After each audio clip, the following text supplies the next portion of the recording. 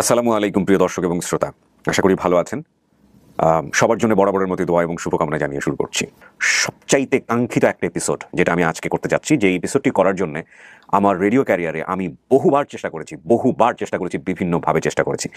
সেই রকম একজনকে আজকে আমি আমার অনুষ্ঠানে উপস্থাপন করতে যাচ্ছি, যেটা আমার জন্য অনেক বড় একটা পাওয়া। নামটা একটু জিজ্ঞেস করবো যে প্রথমে কি নাম? বিবি আমেনা। বিবি আমেনা। বয়স কত আপনার? 32। আমার দেশের বাড়ি নোয়াখালী, আমি চট্টগ্রামে থাকি। চট্টগ্রামে থাকছেন এখন? মোংলাতে আমার বাবা জাহাজে জেডিতে চাকরি করতো, জাহাজে। আচ্ছা, কয় ভাই বোন ছিলেন আপনার? 6 ভাই বোনের ভিতরে আমি সবাই ছোট। সবার ছোট, ওকে।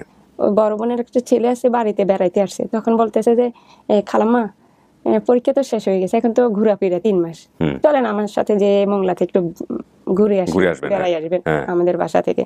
তো চলে গেলাম বাগিনার সাথে। যাওয়ার পরে ওইখানে আসলে আমার বোনের পাশের ঘরে একটা আফা একটা আন্টি থাকে। তো ওই আফার আবার একটা ভাই মানে বিদেশে থাকে, উনি শিপে থাকতো তখনই। তো ওনারাও আমাদের দেশি, মানে নোয়াখালী। তো অনেক এত মানে আসা যাওয়ার পরে বন্ধুত্ব মানে এত হয়ে যায়। মানে আমার মাথাতে এত চুল ছিল, ওনার শাশুড়ি উনি আমার মাথার চুল, আমার গায়ের রং, আমার মানে মুখের কাঠিন, মানে এত প্রশংসা করতো সবসময়, মানে এত মায়া করতো ওরা। মানে আমার মানে প্রশংসাতে আপনি প্রেমে পড়ে গেছেন ওনাদের সবাই? এত বেশি মায়া পড়ে গেছি। বড় বোনের কাছে একটা প্রস্তাব পাঠায়, মানে আপনার বড় বোনকে বলছে? আমার বড় বোনকে বলতেছে। তো বলে যে আপা, আমাদের তো বাবাও নাই মাও নাই, ছোটবেলা থেকে মা হারাইছি, বুদ্ধি হওয়ার পরে বাবাকেও হারাই ফেলছি।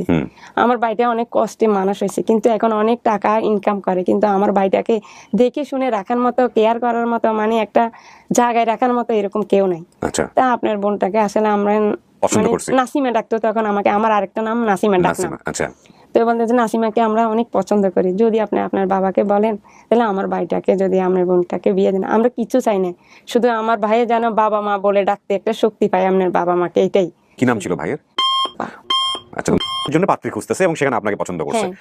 তো আমার আপা বলতেছে না, বাড়ি নাই, ঘর নাই, কোনো ঠাই ঠিকানা, টাকা পয়সা ইনকাম করলে কি হয়েছে, একটা বাড়িঘর তো কিছুই করে নাই।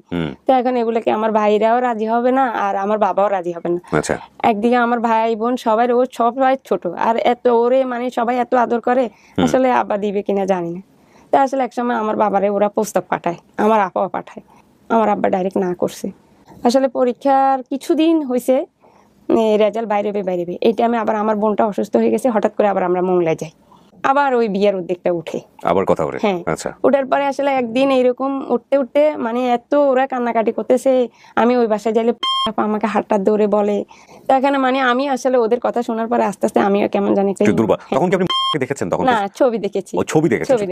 তো আবার আমার দুটো মেয়ে আছে, ওরা সবসময় যাইলে মানে মামি মামি বলতো, ওদের মামার ছবি এনে আমাকে দেখাইতো।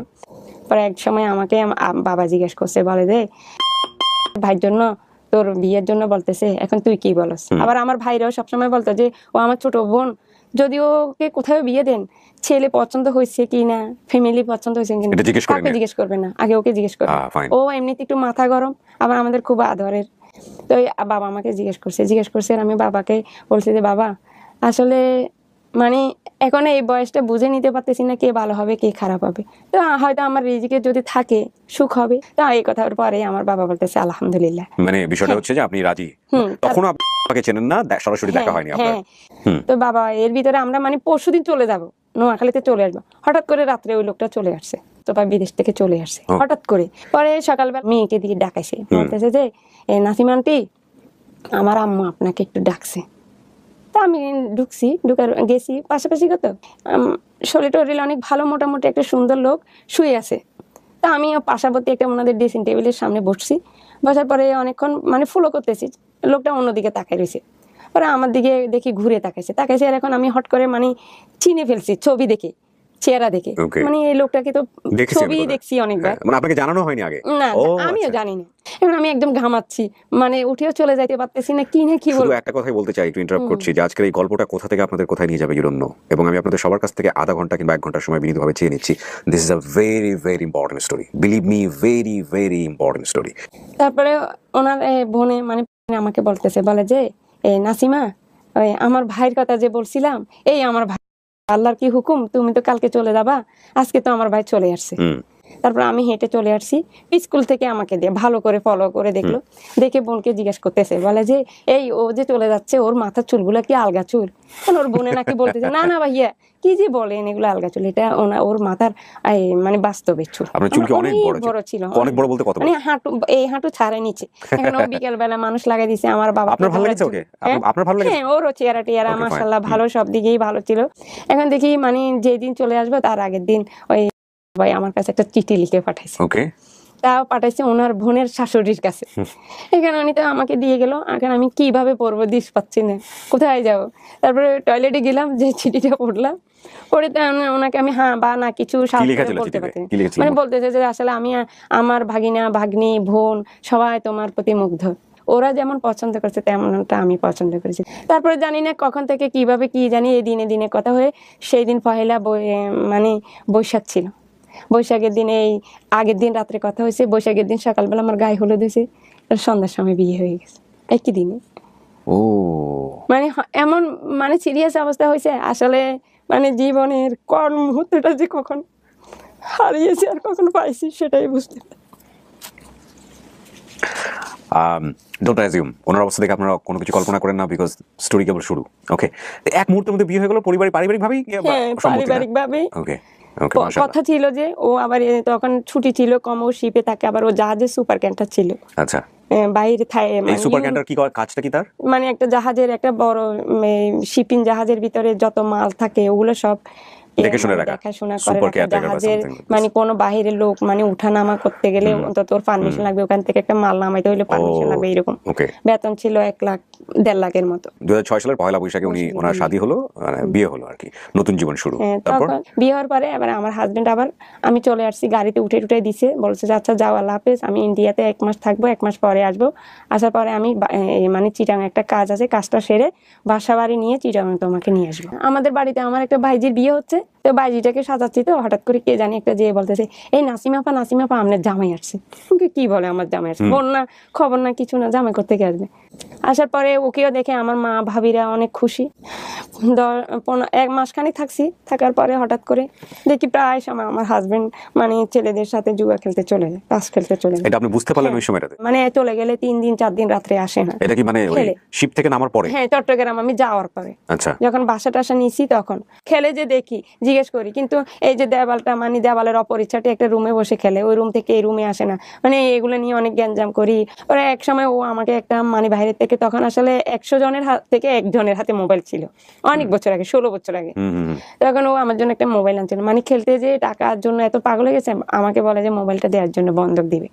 তা আমি বলতেছি যে না, দিব না, দিচ্ছি না দেখে মানে তখন ও আমাকে দেওয়ালের সাথে মানে চাপি ধরে এমন জোরে একটা ঘুষা মারছে, আমার নাকের ভিতরে ফাটে গেছে, ফাটে এত রক্ত। পরে আমার ভাই মা বাবা যদি এগুলো শুনে তাহলে তো মানে আমাকে নিয়েও যাবে আর দিবেও না।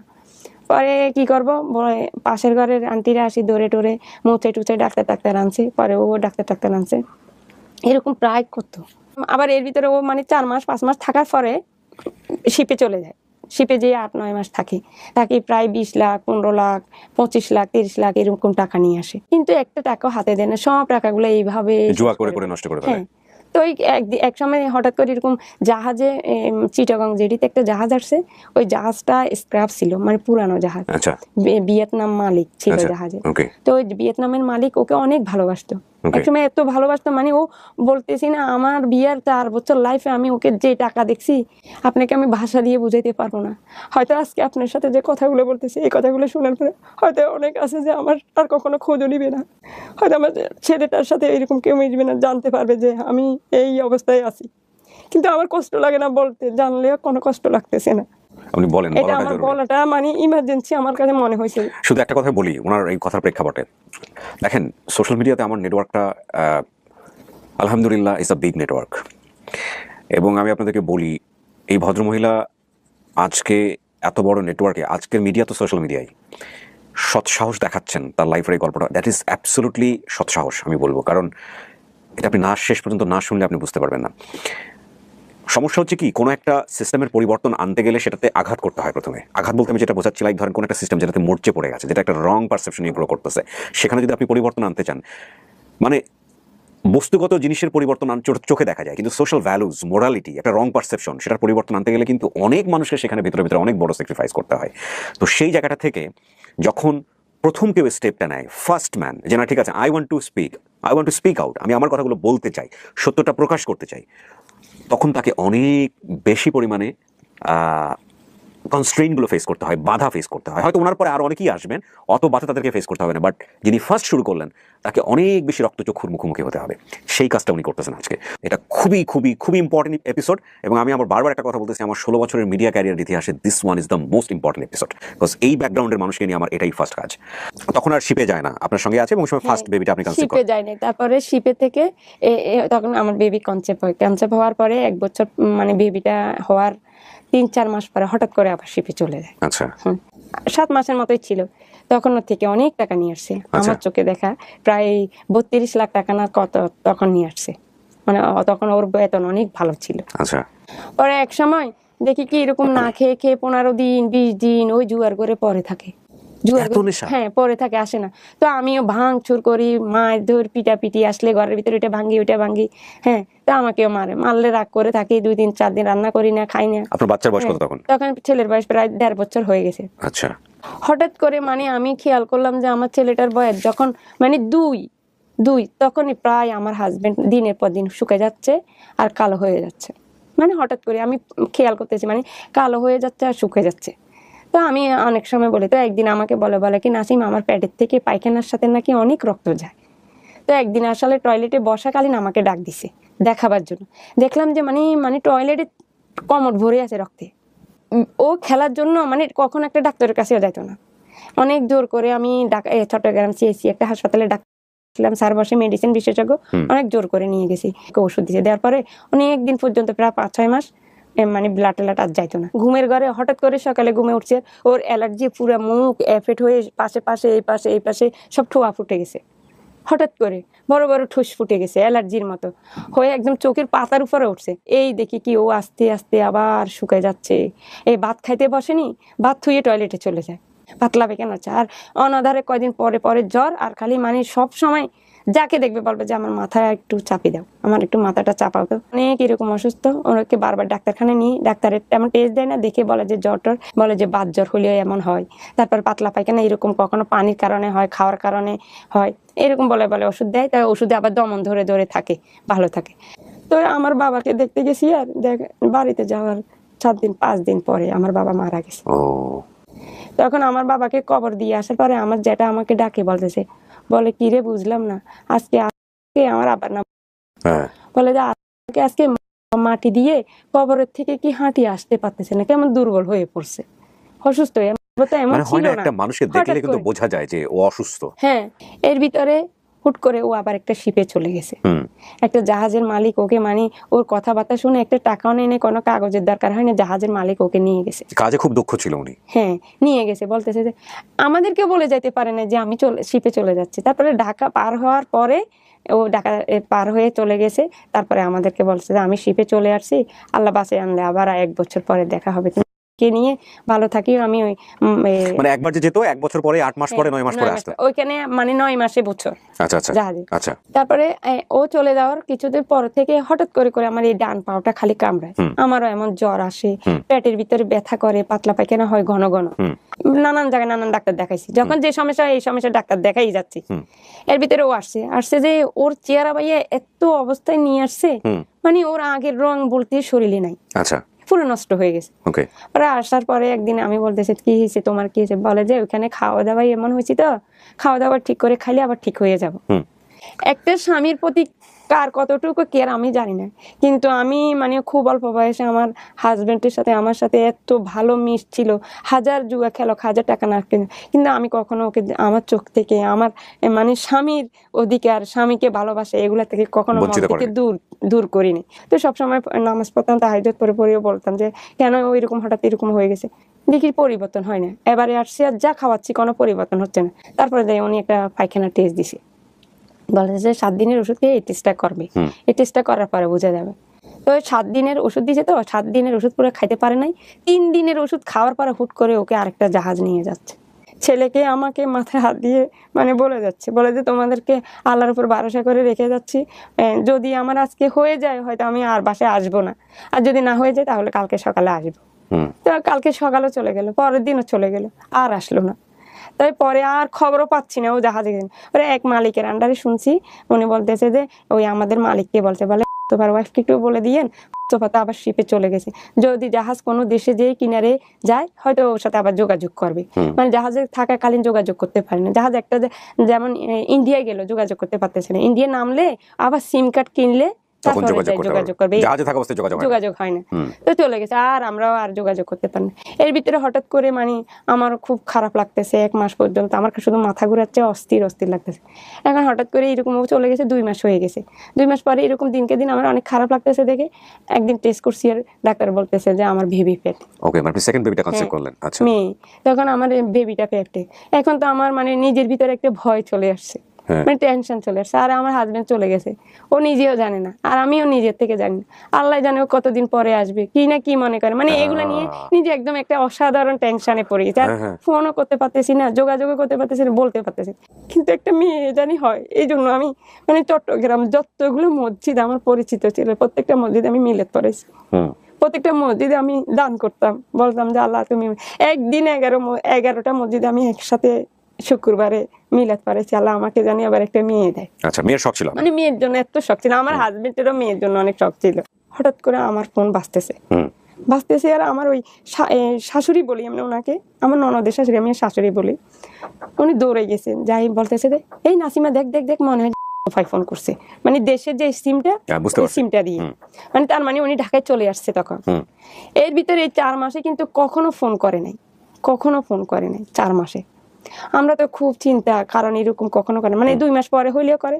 তারপর আবার ভাবছি হয়তো জাহাজ থাইল্যান্ড চলে গেলে আবার অনেক দিন লাগে, ইউরোপ কান্ট্রিতে ঢুকলে প্রায় 5-6 মাসে কথা বলে না। তারপরে ফোন করছি, আর দৌড়ে এসে ধরে ফোন করছি, আর মানে বলতেছি হ্যালো বলছি, আর বলতেছে যে আমাকে বলে যে নাসিম আমি খুব অসুস্থ। মানে তখন ভাইয়া কি বলবো, ওই কণ্ঠটা মনে হয় কি একটা 5-6 বছরের একটা বাচ্চা কথা বলতেছে, এমন অসুস্থ। তো আমি বলি কি অসুস্থ তুমি? বলতেছে আমি খুব অসুস্থ। বলে ফোনটা কাটি দিই, মানে ও যে কথা বলবে এই শক্তি তো নাই, মাত্র 28 কেজি ওজন তখন, বুঝছেন? শক্তিটা থাকবে কোথায়? কি বলেন? 28 কেজি ওজন মাত্র। আসলে মানুষের জীবনটা যেতে কষ্টে। ও মাই গড।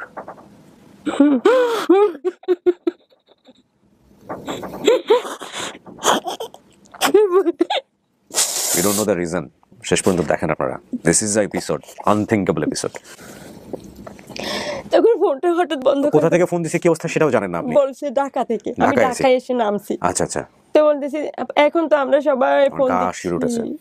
সবাই ফোন দিচ্ছি, কেউ ফোন রিসিভ করেন, মানে কথা বলার মতো কোনো ওর কাছে নাই।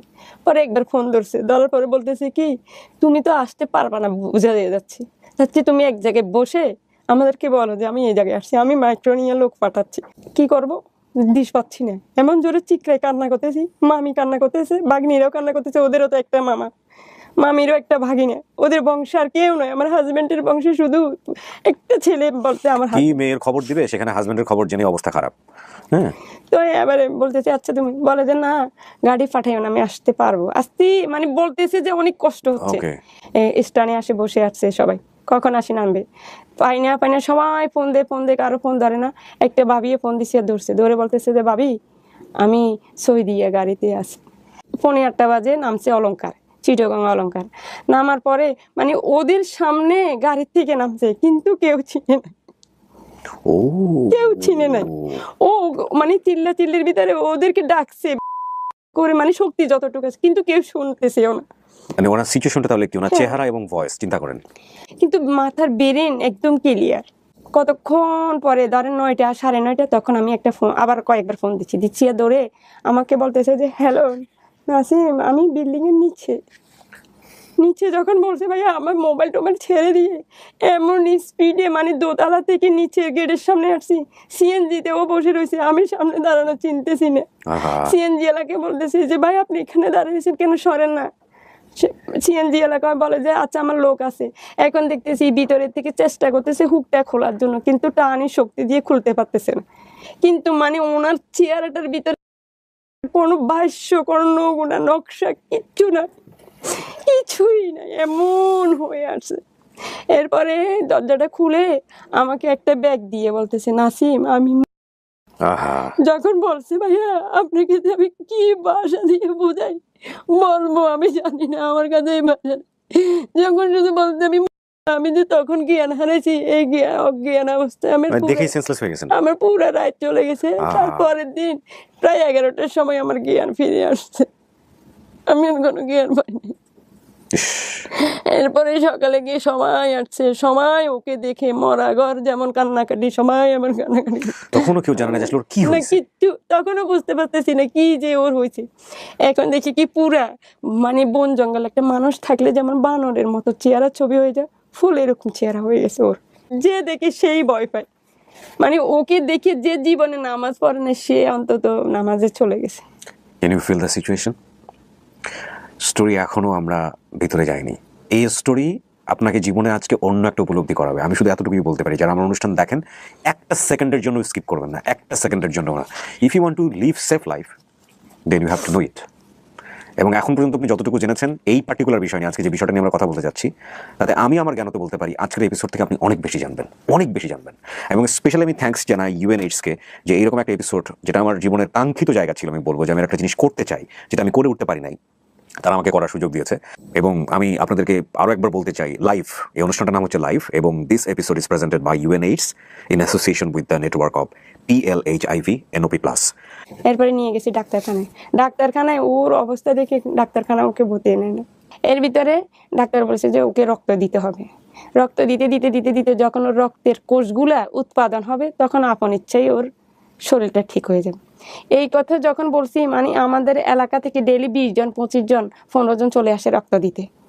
এই রক্তটা ওকে দিচ্ছে, আমি দাঁড়ায় রয়েছি, ওর থেকে রক্ত নিয়ে ওকে দিচ্ছে, তো শরীর দিয়ে রক্ত ঢুকতেছে, পায়খানা রাস্তা দিয়ে ব্লাড গুলো বের হয়ে যাচ্ছে, ডাইরেক্ট বের হয়ে যাচ্ছে, একদিক দিয়ে ঢুকতেছে আরেক দিয়ে বের হয়ে যাচ্ছে। কিন্তু আমার জীবন লাইফ এই 35-33 বছর বয়স হয়ে গেছে, আমি কখনো এরকম দৃশ্য আমার জীবনে আমি দেখিনি, কখনো দেখিনি, মনে হয় না যে আর কেউ দেখছে কিনা, তাও আমার মানে ধারণাই নেই। তখন পেটে বাচ্চা, এই পেটে বাচ্চা নিয়ে দৌড়াদৌড়ি যখন আমার করতেছে। বাচ্চার বয়স, তখন আমি প্রেগনেন্ট 4 মাস শেষ হয়ে 5 মাসে পড়ছি। ওই ডাক্তার নিজেও মানে আমাদেরকে নিয়ে একটা চিন্তায় পড়ে গেছে, এতগুলো টাকা যাচ্ছে, রুগী তো ভালো হচ্ছে না, উনি অনেকটা। কিন্তু এই ফাঁকে ফাঁকে ওনার সঙ্গতে এত ঘা হয়ে গেছে, মানে ঘা এমন হওয়া হয়েছে, মানে সঙ্গ পুরো ফেটে ফেটে ফেটে ফেটে রক্ত যায়, বুঝছেন।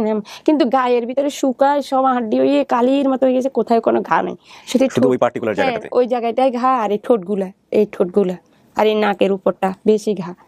তো এখন ঘাটা তো সবাই আদর করে, কিন্তু ঘা পায়খানা পেশাব এগুলোর আদর তো আর কেউ করে না, এগুলো তো আমার করতে হয়। স্যারের আন্ডারে অন্য একটা ডাক্তার আসছে আমার হাজবেন্ডকে দেখার জন্য। ওই ডাক্তারটা শুধু আসি এক নজর দেখছে, দেখি কিন্তু উনি ওনার রিপোর্ট সব দেখছে, দেখার পরে উনি নিজেই মানে বুঝতে পারছে যে মানে এই ধরনের কিছু ওনার হইতে পারে, বুঝছেন। কিন্তু ও টেস্ট করে নাই, ডাক্তার উনি শুধু স্কিনটা দেখেই বুঝতে পারছে।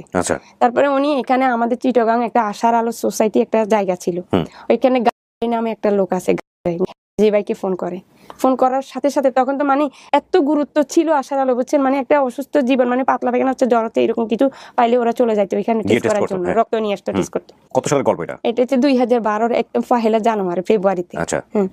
তো উনি আসার সাথে সাথে বলছে যে আমরা আপনাদের রোগীকে একটা টেস্ট করবো। কি টেস্ট করবো এটা বলে নাই, বা না বলার পরে ওনারা আসি আমার ওই হাজবেন্ডের এই বুকের মাছ থেকে সিরিজ ঢুকাইয়ে পানি নিছে, মানে পানি নিছে এক সিরিজ। তখন 3 ঘন্টা পরে ওরা ফোন দিয়ে বলতেছে ভাইয়া আপনারা একটু আমাদের অফিসে আসেন, আপনাদের যে মানে এখানে নিজস্ব মানুষ আছেন এরকম একজন আসেন। তো আমার মামতো দেবর গেছে, আমার ভাই গেছে, যাওয়ার পরে আমার মামতো দেবরকে আর আমার ভাইকে ওই ভাই বলছে যে আপনার ভাই HIV পজিটিভ। তো HIV পজিটিভ বলছে, ওরা বুঝে নাই প্রথমত, পরে বলছে যে বুঝি নাই, পরে বুঝি না বলছে, আমার ভাইয়াকে বুঝে বলতে আপনার বোনের জামাই HIV রোগ হয়েছে, এইডস রোগ হয়েছে, এইডস রোগ হয়েছে। হ্যাঁ এটা বলছে। এইটা বলার পরে তো তখন তো মানে এইডস রোগ কাগজে দেখছে, পত্রিকাতে দেখছে, এই রোগ হলে এরকম হয়, এই রোগ হলে, তখন তো অনেক মারাত্মক ছিল। এখন আমার ভাই ওইখানে একদম অসুস্থ হয়ে পড়ছে, আমার ভাই জ্ঞান হারাই ফেলছে। তারপরে আমার ভাই, আপনি তখনও জানেন না? না, তারপরে আমার ভাই পরে ওরা মাথায় পানি টানি দেওয়ার পরে আমার ভাইকে বলছে যে আপনারা শক্ত হন, আপনারা যদি শক্ত না হন তাহলে কিভাবে হবে, রুগী তো আরো মারা যাবে। আপনার তখন বেবি কয় মাস? তখন আমার বেবিটা 8 মাস শেষ, 5 মাস 5 মাসে প্রায় পড়েছে। শেষ পর্যায়ে, 5 মাসও শেষ। Okay. এত কান্নাকাটি যদি আপনি করেন, আপনার ওর ফ্যামিলিকে আগে বাঁচাইতে হবে। আপনার বোন গর্ভবতী দেখে আসছি আমি, তারপরে আপনি অবশ্যই এই মুহূর্তে আপনার বোনকে আগে নিয়ে Test করেন। টেস্ট করেন, আর বোনকেও বোনের ছেলেকেও, যেহেতু আমার ছেলে তখন মাত্র 4 বছর বয়স Oh my God. ছেলে, তখন নিয়ে আসতে বলছে। এখন আমার ওই দেবরটা আমাকে বলতেছে আর কি, আমার দেবরের নাম এই যে কেন বললো যে বোনের ছেলেকে টেস্ট করতে হবে, ছেলের বয়সটা 4 বছর, 4 তাকেও বছর। টেস্ট করতে হবে কেন বলেছে বলি, আমি যতটুকু বুঝতে পারছি সেটা হচ্ছে ডক্টররা ধারণা করছে উনি যদি অনেক আগে এইচআইভি পজিটিভ হয়ে থাকে তাহলে এমনও হতে পারে ওনার ছেলের শরীরে আছে, যদি অনেক আগে হয়ে থাকে সেই কারণে উনি বলতেছে যে ওনার ছেলেকেও টেস্ট করাতে হবে, কারণ এটা তো আসলে ফ্লুইড ট্রান্সমিটেড ডিজিজ।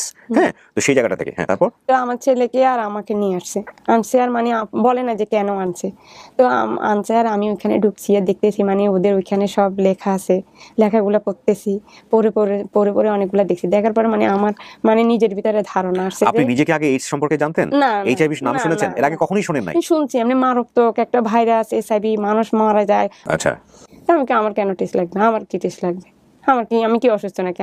তো আমি গেলার পরে ছেলেরও ব্লাড নেয়, আমারও ব্লাড নেয়, নেওয়ার পরে ওরা আমাদেরকে আবার মেডিকেল আমরা চলে আসি, আসার পরে মাগরিব মানে ঘনায় আসবে 5টার দিকে, ওই সময় আবার আমাদের রেজাল্টটা আসছে। আসার পরে ওই আমার দেবর ফোন করছে, ফোন করে বলতেছে যে আপনার ভাবি পজিটিভ, আহা, কিন্তু ছেলেটা নেগেটিভ। যখন বলছে যে ভাবি পজিটিভ, তখন আমার ওই দেবরটাও আমার কাছে থাকতো, ও একটা কাপড়ের কারখানায় চাকরি করতো, অল্প টাকা বেতন পাইতে দেখে ঢাকা থেকে আমি নিয়ে আমার কাছে রাখছি। তখন ও আমার ভাইদের চেয়েও বেশি কান্না করতেছে, মানে আমি পজিটিভ এটা কেমনে ও বলবে, ও নিজের থেকে বুঝে নিতে পারতেছে না। পরে মেডিকেলে আমার ননদ বসা, আমার ভাই বসা, আমার বড় বোন আসছে, বড় বোন বসা, সবাই বসা, ওইখানে আসছে, কিন্তু আসার আগেই মেডিকেলে খবর চলে আসছে যে আমার হাজবেন্ড আমি দুইজনই পজিটিভ। যখন এই কথা বলছে সাথে সাথে ওইখানে আয়া ডাক্তার নার্স সব আসা বন্ধ, ইস, কেউ আসে না। এখন আমাদেরকে রুম থেকেও বাইরে কোনো দিকে হাঁটতে দেয় না কোনো কথা ছাড়া। আমি সিটের উপরে অসুস্থ, সারাদিন এদিক ধরে, সকাল হলে হাসপাতালে আসি, আবার বাসায় যাই, ওর বাসা থেকে রান্না করে ওদের জন্য নিয়ে আবার আসি। Can you feel the situation? Husband he is fighting with death, বাচ্চা একটা আসতেছে পেটে, তাকে তো দুনিয়াতে না আসা পর্যন্ত টেস্ট করা যাবে না, নাম্বার 1। নিজে সে পজিটিভ হয়ে গেছে, এবং একটা গুড নিউজের মধ্যে সেটা হচ্ছে ছোট বাচ্চাটা যেটা আছে 4 বছর বয়স, সে পজিটিভ না। এই অবস্থায় বাংলাদেশের সামাজিকতা সবকিছু মাথায় রেখে একটা মানুষের অবস্থাটা কি হতে পারে, মানসিক অবস্থা? স্টোরিটা এতক্ষণ পরে শুরু হলো, অ্যাকচুয়ালি এতক্ষণ আপনারা শুনলেন, শোনার পরে আজকে আমি বলবো যে স্টোরিটা এখন শুরু হইলো। বলেন তারপরে ও আসিয়া বলতেছে আমার ভাইয়াকে, বলে যে এই ভাইয়ার যে সমস্যা, ওই সমস্যাটা ভাবির। তা এখন আমার ননদ বসা ছিল, তো ঠাস করে উঠে দাঁড়াইছে, দেখি যে বলতেছে যে এই কি সমস্যা। এখন আমার ননদকে বলতেছে এই ওর দেবর, ওইটা ওর আপন দেবর, আমার মামা তো দেবর, তো বলতেছে যে ভাবি, ভাইও এইচআইভি আক্রান্ত, ভাবিও এইচআইভি আক্রান্ত। বলার সাথে সাথে আমার ননদ দাঁড়ানো ছিল, তো দাঁড়ানো অবস্থায় মাথা ঘুরে পড়ছে, একদম এত অজ্ঞান হয়েছে, ওর নাকে মুখে দিয়ে ব্লাড পর্যন্ত শুরু হয়ে গেছে। পরে আমার ননদকে এক বেডে স্যালাইন দিছে, আরেক বেডে আমার বড় ভাইকে স্যালাইন দিছে, আর আমি তো মানে শক্ত কি আর নরমও কি, একেবারে এমন অবস্থায় আছি। এখন কি বাইরের দিকে তাকাবো, না ননদের দিকে তাকাবো, না স্বামীর দিকে তাকাবো, না নিজের কথা চিন্তা করবো। এখন তো আমি একদম আর কোনো দিশ পাইতেছি না। এখন আমার হাজবেন্ডও কান্না করতেছে, অনেক কান্না করতেছে। আমরা তো সবাই ওইখানে মনে হয় যে রুগী মারাই গেছে, কিন্তু হাসপাতালের একটা কাকপক্ষী কেউ আমাদেরকে একটু হুক্কা দিয়েও জিজ্ঞেস করতেছে না যে কি হয়েছে এদের, মানে ভয় পাচ্ছে সবাই। হ্যাঁ, শুধু মানে এই স্ট্রোক হয়েছে এটা শুনেই সবাই আতঙ্কিত, বিকজ আমরা জানি না বিষয়টা নিয়ে, বিকজ আমাদের প্রপারলি নলেজ নাই। আপনি আপনার হাজবেন্ডকে ওই মুহূর্তে জিজ্ঞেস করেন নাই যে তুমি কি করছো, কার সাথে বা কি কারণে?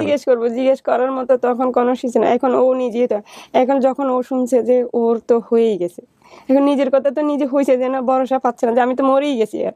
এখন যখন শুনছে যে আমার হয়ে গেছে, তখন ও তো মানে আর নিজেকে মানে কি করবে নিজেই বুঝতে পারতেছে না, কি ও নিজের পেটে ছুরি ঢুকে দিবে না নিজে কি গলা নিজে টিপে মেরে নিজের জান শেষ করবে, মানে ও অনেক আত্মহারা হয়ে গেছে।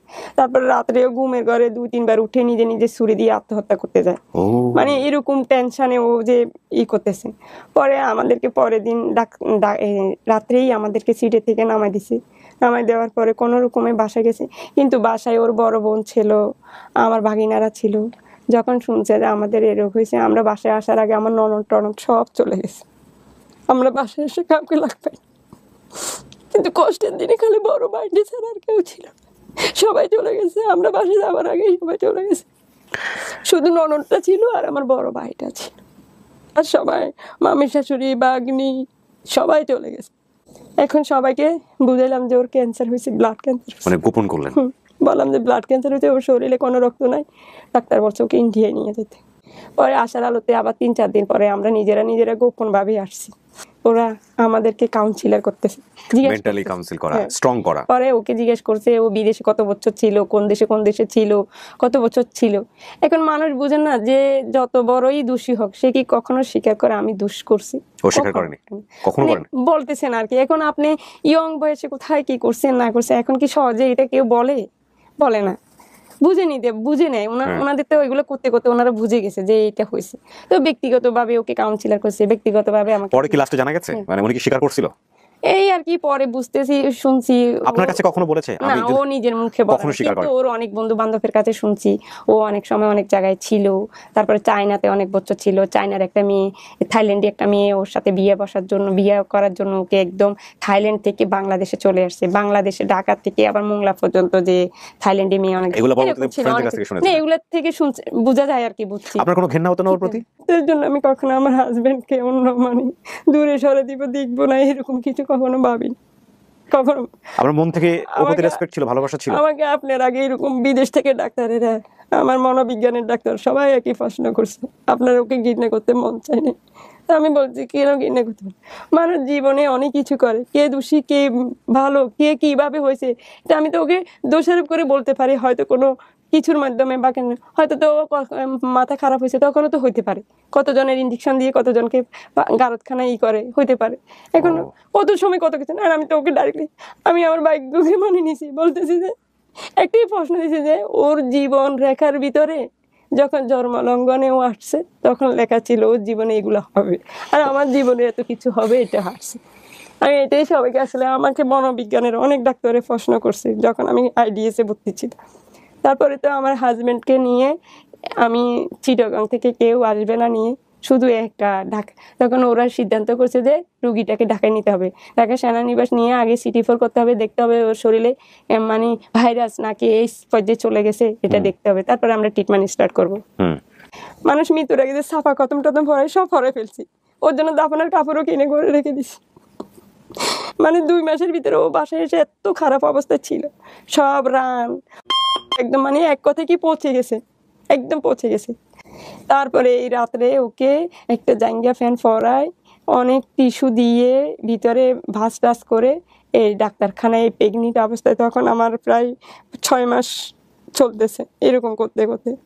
পরে ডাক্তার দূরের থেকে দেখা দিয়েছে, আমি ড্রেসিং করছি, তারপরে ডাক্তারে ব্যান্ডেজ করছে, করার পরে দুপুরবেলা 11টার সময় সেনানিবাস নিয়ে গেছে। সব জানতো যে আমার জন্য, ও সব দেখতেছে, সব ও জানতো যে আমার জন্য মৃত্যুর কাফনের কাপড় কেনা হয়েছে, সব জানতো, সব। এগুলো কথা বলতো আপনার সাথে? হ্যাঁ, একদিন 11টা হুজুর দিয়ে করে ছাপা খতম পড়াইছি, আর একদিন মানুষ মরে যাওয়ার আগে একটা খতম পড়ায়, ওটাও পড়াইছি। ও শোয়া চোখের উপরে রাখি, নিচে আমাদের বিছানা করে পড়াইছি, মানে সম্পূর্ণ সবকিছু কমপ্লিট।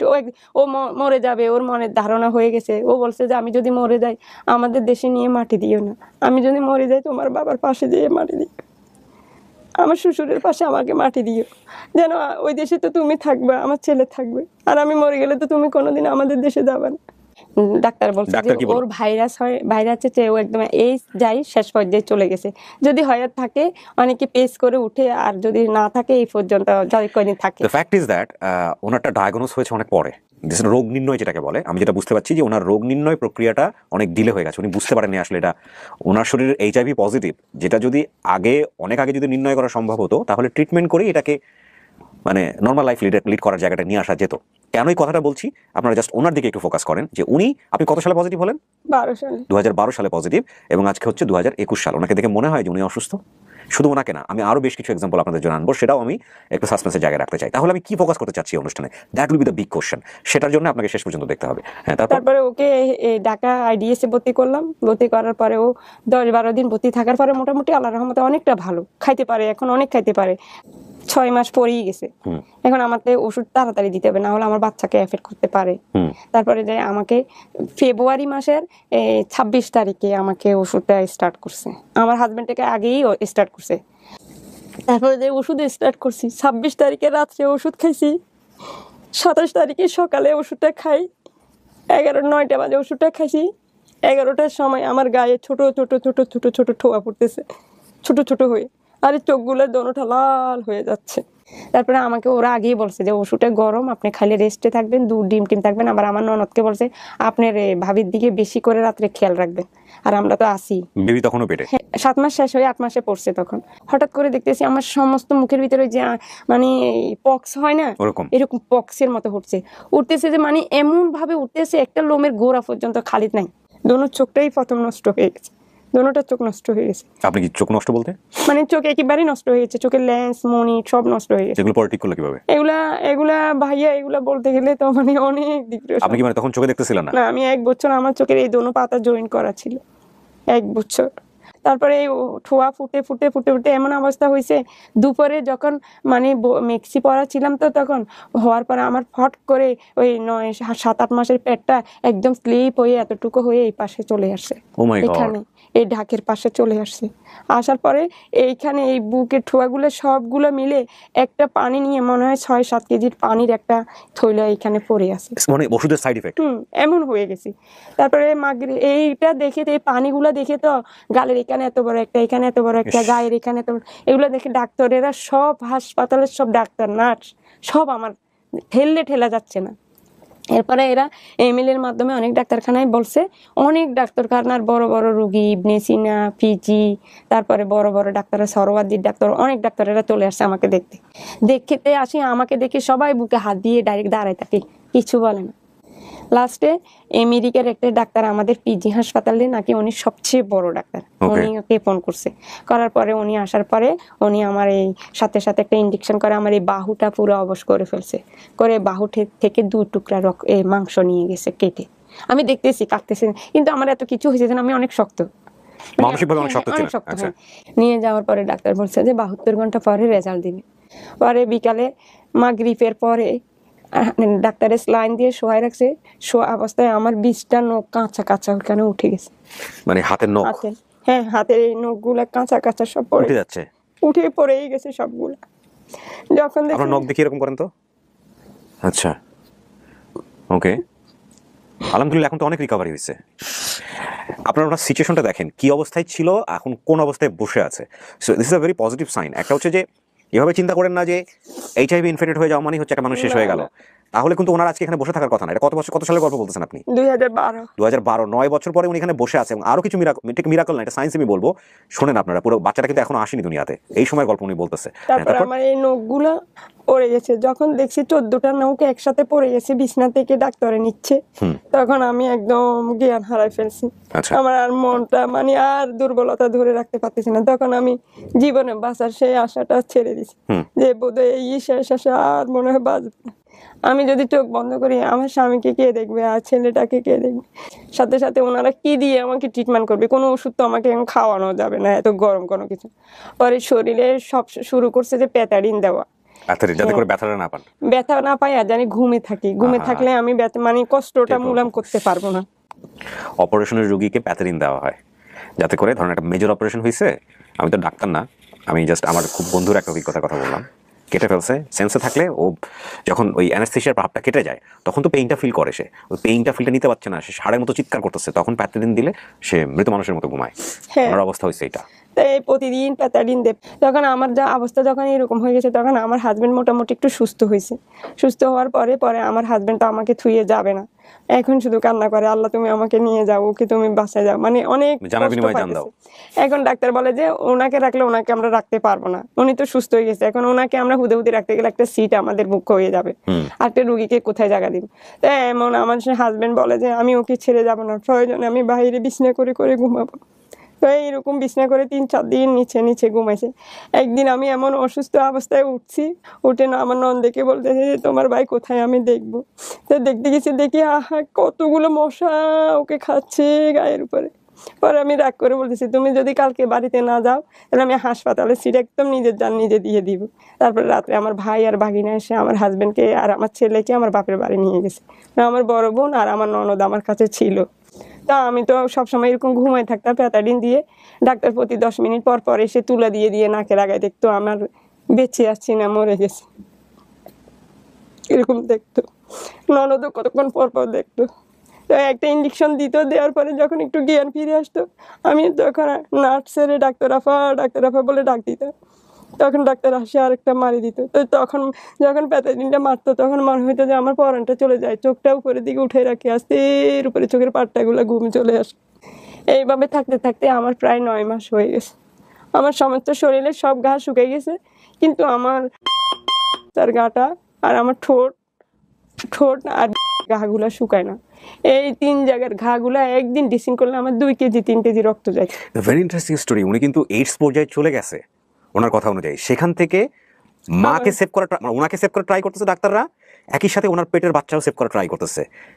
এইটা কিন্তু আমি বলতেছি যখন আমার গা শিউরে উঠতেছে বারবার। এই যুদ্ধটা আপনারা যদি চোখের সামনে যদি ভেতরে না ঢোকের স্টোরির তাহলে বুঝতে পারবেন না। প্রশ্নটা হচ্ছে এইটাই, and this is a very interesting case. তারপরে ডাক্তার তো এরকম প্রতিদিন আমাকে আলট্রাসোনোগ্রাফি করায়, প্রতিদিন ওই টুলেটেড করে নিয়ে যায়, মরা মানুষ যেমন নেয় এমন নিয়ে যায়, নিয়ে আলট্রাসোনো করে আবার থুয়ে যায়। বুঝতেই পারে না ছেলে না মেয়ে হবে, সুস্থ আছে না অসুস্থ। এটা ছোট হয়ে গেছে, 1 কেজি ওজন হয়ে গেছে, একদম ছোট। এখানে একটা টিউমারের মতো হয়ে রয়েছে, এদিকে কোনো পেট নাই, বাম পাশে চলে আসছে, হ্যাঁ এখানে কোনো পেটই নাই আমার। এরপর আস্তে আস্তে একটু সুস্থর দিকে আসছি যখন, এরপরে একদিন হঠাৎ করে টয়লেটে গেলাম, হাঁটতে পারি তখন, কিন্তু আমার মানে শরীরের এমন অবস্থা হয়েছে, ডাক্তারেরা সব এগুলো ড্রেসিং করছে যে আমার পুরা সমস্ত শরীর দোলক রোগ হলে যেমন এরকম সমস্ত চামড়া টামড়া সব কাঁচায় ফেলে দিছে, একদম হাতে এমন ঠুসকে পড়ছে, এই মোটা চামড়া টানি উঠে ফেলছে, পায়ের চামড়া টামড়া সব টানি উঠে ফেলে দিছে। হ্যাঁ সব উঠে গেছে, একটা ভোমর, একটা চোখের পেশি, গায়ের একটা লোম কিচ্ছু ছিল না, সব কাঁচায় ফেলে দিয়েছে, পুরো সাদা হয়ে গেছে আমি, এমন হয়ে গেছে। লাস্ট সব চলে গেছে, এইখান থেকে আপনি এই অবস্থায়? হ্যাঁ লাস্ট সব চলে গেছে, কিন্তু আরো ভালো ছিলাম। ইদানিং একটু কষ্টে পড়ে গেছি, তো এই জন্য আরো শুকাই গেছে আলহামদুলিল্লাহ। তারপরে এই অবস্থায় সব চলে গেছে, শুধু ছিল যে মাথার চুলগুলা। চুল আছে এখন কতটুকু আছে? না, পরে আমার ওইখানে হাসপাতালে চুলে একটা বেনি ভাঙা অবস্থায় আমি এফেক্ট হয়েছিলাম। 2.5 মাস পরে আমার চুলের বেনিটা সকল নিচে পড়ে গেছে, একদম গোড়া থেকে। হ্যাঁ, সবাই বলছে আর চুল হবে না, একদম পুরো টাকের মধ্যে। মোট কথা একটা কঙ্কর জীবন, যেমন একটা সাপ চল্লক বদলে না, ঠিক একটা সাপের মতো আমার পুরো শরীর এরকম চল্লক বদল গেছে। এখন আমার 9 মাস শেষ, 10 মাসে পড়ছি। এখন অনেক ডাক্তারখানায় ওনারা নিচ্ছে, হাসপাতালে আশার আলো থেকে টাকা দিয়ে তারপরে জাতীয় সংঘকে জানাইছে, এরা জাতীয় সংঘ আমাকে অনেক হেল্প করছে, অনেক জাতিসংঘ, ঢাকা জাতীয় সংঘকে জানাইছে, মানে সরকারি অনেক জায়গায় আমার কথা জানাইছে। অনেক টাকার ব্যাপার না, সবাই হেল্প করতেছে। পরে আস্তে আস্তে আমি ধীরে ধীরে যখন সুস্থ হয়েছি, এখন আমাকে কেউ সিজার করতে চাচ্ছে না, মানে আমার মাথায় এক চুল নাই, নখ নাই, আর আমার শরীরের ভিতরে এমন অবস্থা হয়ে গেছে, মানে আমার শরীরে দাগের জন্য আমি যে একটা মানুষ এটা বোঝা যাইতো না। পরে সরকারি ভাবে মানে করার জন্য একটা দরখাস্ত করছে, করার পরে ওই দরখাস্তটা ওরা মঞ্জুর করার পরে ওখান থেকে একটা ম্যাডাম আমাকে দেখতে গেছিল, গাইনি। আমি ওই ম্যাডামের পাও ধরে অনেক কান্নাকাটি করছি, বলছি যে আপা মৃত্যুর যন্ত্রণা কি এরকম জানি না, কিন্তু জীবনের যন্ত্রণা আমি আর বইতে পারতেছি না। আপনি হয়তো আমাকে সিজার করেন, না হলে আপনার আন্ডারে কোনো একটা ওষুধ দিয়ে বাচ্চা সহ আমাকে মারে ফেলে, আমি আর শরীরের কষ্ট সহ্য করার মতো অধৈর্য হয়ে গেছি। আল্লাহু আকবার। তারপরে উনি আমার কান্না দেখে, আমার কষ্ট দেখে উনি বলছে যে যাও, আজ প্রথম তোমাকে আমি শুরু করব সিজার করা। সেই সিজার করার জন্য রেডি করে আনছে, আশার আলো থেকে সম্পূর্ণ সব মেডিসিন কিনে দিছে, সবকিছু কিনে দিছে, সবকিছু একেবারে একটা তুলা লাগবে যে সেটা আশার আলো কিনে দিছে। যেদিন সিজার করতে আসছি সেদিন আমার সাথে অনেক সাংবাদিক ছিল, অনেক ডাক্তার ছিল। তো ওখানে আমাকে ঢুকানোর পরে আমি তো অনেক মানে স্বাভাবিক, একদম স্বাভাবিক আছি। ওখানে যাওয়ার পরে সিজারের রুমে আমাকে উঠাইলো। তারপরে সিজার করতেছে যে আমি বুঝতে পারতেছি। পরে দেখলাম যে ডাক্তার আমাকে সিজার করতেছে বেলেট দিয়ে, আমাকে যে খুর দিয়ে সিজার করে নাই আমাকে।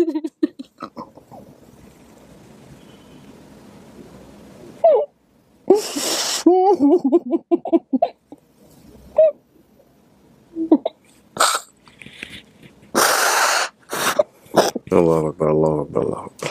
সিজার করে ধোয়ার পরে বাচ্চাটা যখন হয়েছে তখন তো সবাই ওখানে দাঁড়ানো, বাহিরে ব্লেড দিয়ে কেন করছে? হ্যাঁ, ব্লেড দিয়ে কেন করছে? ওই আমাদের যে যন্ত্রগুলো দিচ্ছে এগুলো নতুন ছিল, ওরা এগুলো রেখে দিয়ে ওদের যন্ত্র দিয়ে করলে আমার ভাইরাস অন্য একটা রোগীতে হয়তো থাকি যাবে বা কিছু, এই জন্য ওরা বেলেট দিয়ে কাটতেছে। আমি বুঝতে পারতেছি পেটটা যখন কাটতেছে, আমি পুরো বুঝতে পারতেছি যে মানে বেলেট দিয়ে কাটতেছে।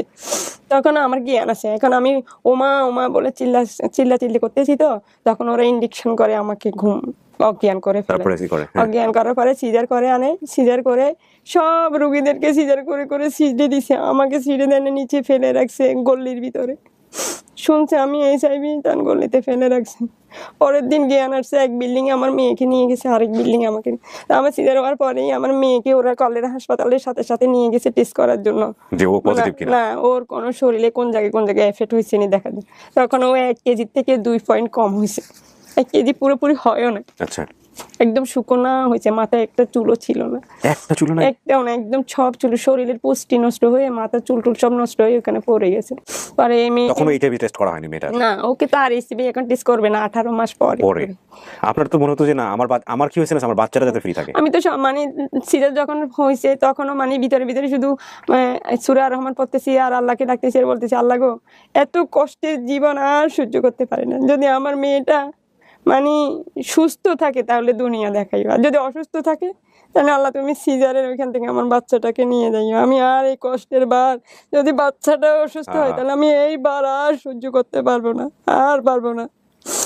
ডাক্তারেরা ভাত দিয়ে যায় বাহিরে, ডাক্তারেরা পানি দিয়ে যায় বাহিরে, ডাক্তার দরজার বাহিরে দাঁড়ায় থেকে আমাকে ভালো মন্দ জিজ্ঞেস করে, ভিতরে ঢুকে না। পরে 3 দিন ছিলাম। 3 দিন পরে যখন আশার আলোতে ফোন করছি, আশার আলো গাড়ি দিয়ে ওদের অফিসে নিয়ে গেছে। ওদের অফিস আমার ঘর বাড়ির মতো হয়ে গেছে। ওদের অফিসে 6 মাস একটানা ছিল। এইভাবে 16 মাস এই ডাক্তারখানায় অসুস্থ জীবন নিয়েছিলাম। 16 মাস। আপনার বাচ্চা রিকভারি হলো? এরপরে বাচ্চাটা যখন হয়েছে মোটামুটি আমি আল্লাহর রহমতে তখন অনেকটাই সুস্থ। আল্লাহর কি কুদরত দেখেন, আল্লাহ যে আসলে মানে আমরা আসলে বুঝতেই পারি না কখন যে কি হবে। এই সব চলে গেছে, দেখেন চোখ জয়েন্ট হয়ে গেছে। এই যে আমার চোখগুলো এখন পুরোপুরি সম্পূর্ণ ভিতরে সব জয়েন্টে। তারপরে ওইখানে টেস্ট করার পরে কাটার পরে ওরা দেখতেছে চোখের ভিতরে সব জয়েন্ট হয়ে গেছে, কিন্তু মণিগুলো ভালো আছে। আলহামদুলিল্লাহ। 18 মাসের ঘটনা কিন্তু এখনো আসে নাই, বেবি কিন্তু এখনো টেস্ট করা বাকি আছে। তারপরে এইখান থেকে তো গেলাম, এই কয়দিন মানে মেয়ের বয়স যখন 1 মাস হয়েছে তখন মেয়েটাকে শুধু দেখতো, চেয়ে দেখতো আর বলতো, ইস আমি না অনেক কষ্টে ছিলাম, কি হবে। আল্লাহর কাছে লাখো শুকরিয়া, আল্লাহ আমার এত শাস্তি দিছে, তারপরে আমাকে একটা মেয়ে দিছে। আমি আর বাবা হারাও না, মা হারাও না। আমার এখন মাও আছে, বাবাও আছে। বলতো আর চাইতো, কিন্তু কোলে নিতে পারতো না, শুকনা যে অশক্তি যে কোলে নিতে পারতো না, পাশে দিয়ে বসে চেয়ে থাকতো। পরে এক সময় এরকম হঠাৎ করে ওর গায়ে ঠোঁয়া ফুটে গেছে দেখে, সোমবারে ঠোঁয়া ফুটছে, মঙ্গলবার দিন সকালে বাচ্চাদেরকে বাসায় রেখে ওকে নিয়ে আবার আমি ঢাকায় চলে আসছি। এখন আমার কষ্ট দেখে ওইখানে রুগীরা সবাই বলতেছে, আফা আপনি যান বাড়িতে, ওই আমরা ভাইয়াকে দেখবো। এই ভরসায় গেছি, বলতে যে শুক্রবারে যে মেয়েটাকে ফুপির কাছে দিয়ে আসবো, রোববারে আবার আমি ঢাকায় চলে আসবো। শুক্রবারে 7টা বাজে যে পড়ছি, রাত্রে 10:30 আমি 7টা 8টার দিকে যেয়ে পড়ছি, পড়ে বাসায় ঢুকছি, ছেলেটাও ঘুমে মেয়েটাও ঘুমে।